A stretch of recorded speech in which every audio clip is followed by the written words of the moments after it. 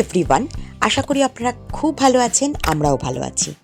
আজ রথযাত্রার বিকেলবেলা পুরীতে যেমন হৈ হৈ করে রথযাত্রা হচ্ছে, আমাদের বালিতেও কিন্তু অনেক রথের সমাগম হয়েছে।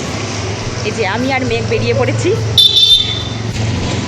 প্রচণ্ড বৃষ্টি হয়েছে দুপুরবেলা, যেন রাস্তাঘাট জলে জল।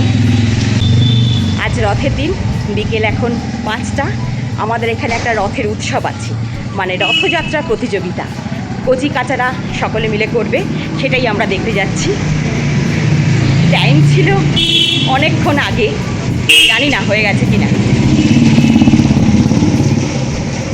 ও বাইক যাচ্ছে, কথা বলাই যাচ্ছে না। চলুন দেখা যাক কত দূর রথটা এসেছে বা কিছু। এই যে মেঘ, আমার সাথে মেঘ যাচ্ছে, মানে মেঘ আমাকে সঙ্গ দিচ্ছে। ওকে জোর করে নিয়ে যাচ্ছি, একা একা যেতে কেমন লাগে না, তাই চলুন দেখা যাক কত দূর রথটা এসেছে। বালিবাজারের রাস্তা জুড়ে রথ বেরোনোর কথা। এইখানে গণ্যমান্য ব্যক্তিরা খাতা পেন নিয়ে বসেছেন পরীক্ষক হিসাবে। আমাদের এখানে আছে রথ সাজানো প্রতিযোগিতা, তাই রথ কেমন সাজানো হয়েছে সেই সব দেখে ওনারা নম্বর দেবেন। কচিকাচারা এক এক করে রথ নিয়ে আসছেন। এই সারা রাস্তা জুড়ে অভিভাবকরা এবং কচিকাচারা দেখুন এক এক করে সুন্দর সুন্দর রথ সাজিয়ে নিয়ে আসছেন। বালিতে এক অন্য রকম অনুষ্ঠান হচ্ছে আজকে। রথের দিন কচিকাচারা রথ নিয়ে বেরোবে, এটা তো একটা স্বাভাবিক ঘটনা, কিন্তু রথ সাজানো প্রতিযোগিতা এটা একটা অন্য রকম অনুষ্ঠান, এক নতুনত্ব অনুষ্ঠান বলতে গেলে। মানে আমার তো জীবনে এইরকম অনুষ্ঠান প্রথম দেখা। আপনারা কোথাও এরকম দেখেছেন কিনা জানাবেন কমেন্টে। এক একটা রথ এক এক রকমভাবে সাজানো, কিন্তু প্রত্যেকটা রথ দেখলেই মনে হচ্ছে কি দুর্দান্ত সাজিয়েছে, একদম অন্য রকম লাগছে। একটু খেয়াল করে দেখবেন প্রত্যেকটা রথের একটা করে নাম্বার দেওয়া আছে।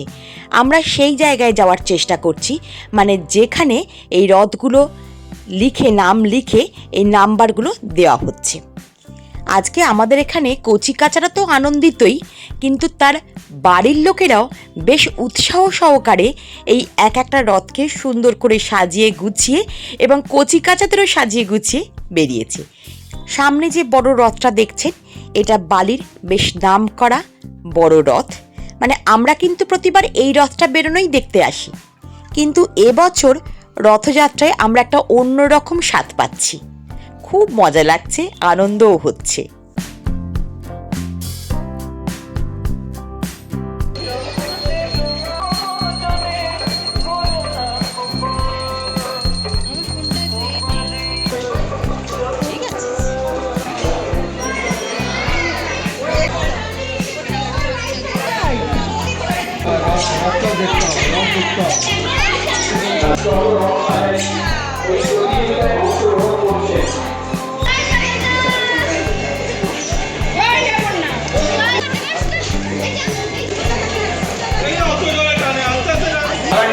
এবং সংগঠকদের উদ্দেশ্যে জানানো হচ্ছে, এই মুহূর্তে পরিষেবা নাটকগুলো রথ এসে উপস্থিত হয়েছে।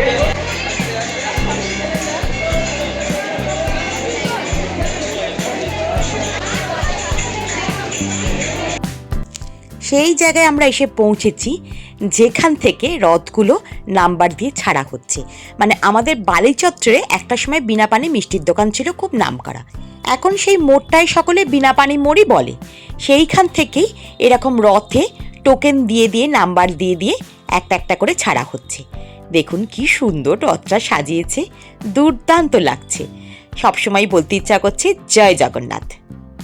আর ওই যে দেখছেন ছাতাগুলো আছে, ওইখানেই কিন্তু সকলে মিলে বসে রথগুলো নাম্বার দিচ্ছে, লিখে দিচ্ছে।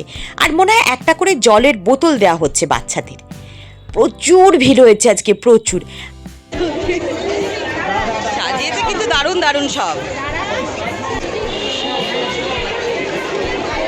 আগের রথটাও যেমন বড় ছিল, আর এই রথটাও খুব সুন্দর সাজানো হয়েছে।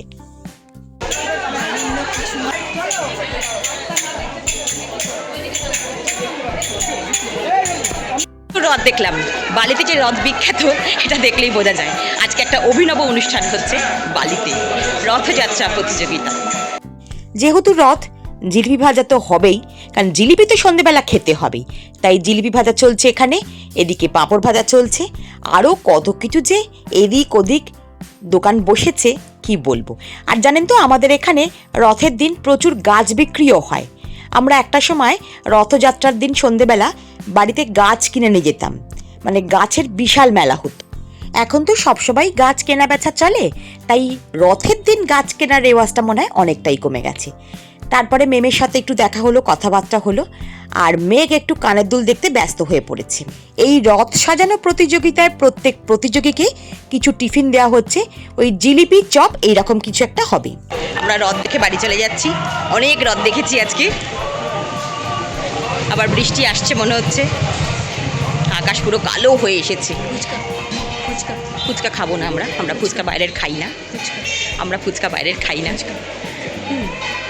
বালির কিন্তু যে বড় দুটো রথ, মানে বিখ্যাত যে দুটো বড় রথ বেরোয় বালির, সেগুলো কিন্তু এখনও বেরোয়নি। এখন প্রতিযোগিতাই হচ্ছে। যত কচিকাচারা আছে সব রথ নিয়ে এসেছে, দারুণ দারুণ সাজিয়েছে, বেশ মজা লাগলো। বেশ অন্যরকম ব্যাপার তো, এটাই জীবনের প্রথম দেখলাম এরকম, সেটা বেশ মজা লাগলো। মেঘের এখনও রথ টানার ইচ্ছা হচ্ছে, একটা রথ কিনে দেওয়া উচিত ছিল আমার, তাই তো মেঘ? ছোটোবেলায় দোতলা রথ টানতো যখন, তখন চারতলা রথ দেখে নাকি ওর মন খারাপ হতো। তা এখন ওর মন খারাপ হচ্ছে, সবাই রথ টানছে দেখে ওর খুব ইচ্ছে হচ্ছে, কিন্তু বয়সটা তো বেড়ে গেছে। জিলিপিটা তো এমনিও খেতে পারবি, জিলিপির দিচ্ছিল এর মধ্যে পড়ে গেছে, কিন্তু ওর যে আসল রথ টানার ইচ্ছে সেটা আমি জানবো কী করে।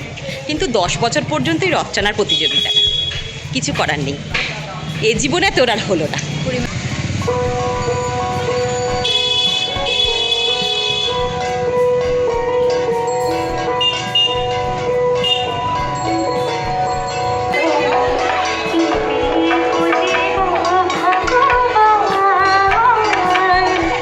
ঠিক বাড়ির সামনে এসে থমকে গেলাম, একটা বিশাল রথ যাচ্ছে, সেটা দেখার সৌভাগ্য হলো আমাদের।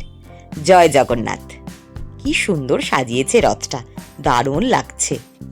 যথারীতি আমাদের বাড়ির সামনে যেটা বসে ফুচকা ভেলপুরি প্রতিদিন বসে, সেগুলো যথারীতি বসে পড়েছে।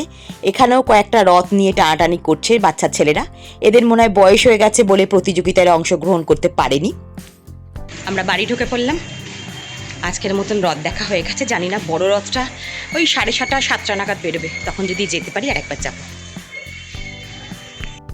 এটা আমি না দুপুরবেলা বেটে রেখেছিলাম, মানে কালকে রাত্রেবেলা বিউলির ডাল ভিজিয়ে রেখেছিলাম, আজকে দুপুরবেলা সেটা বেটে রেখে দিয়েছি। এই যে বর্দি রসগোল্লা নিয়ে এসেছে, আমি ধরে নিয়েছি। এই যে বর্দি রসগোল্লা নিয়ে এসেছে, জিলিপি বানাবো, তাই বিউলির ডাল বেটে রেখেছি, এটাকে ফ্যাটাবো আর এইতে বানাবো জিলিপিটা।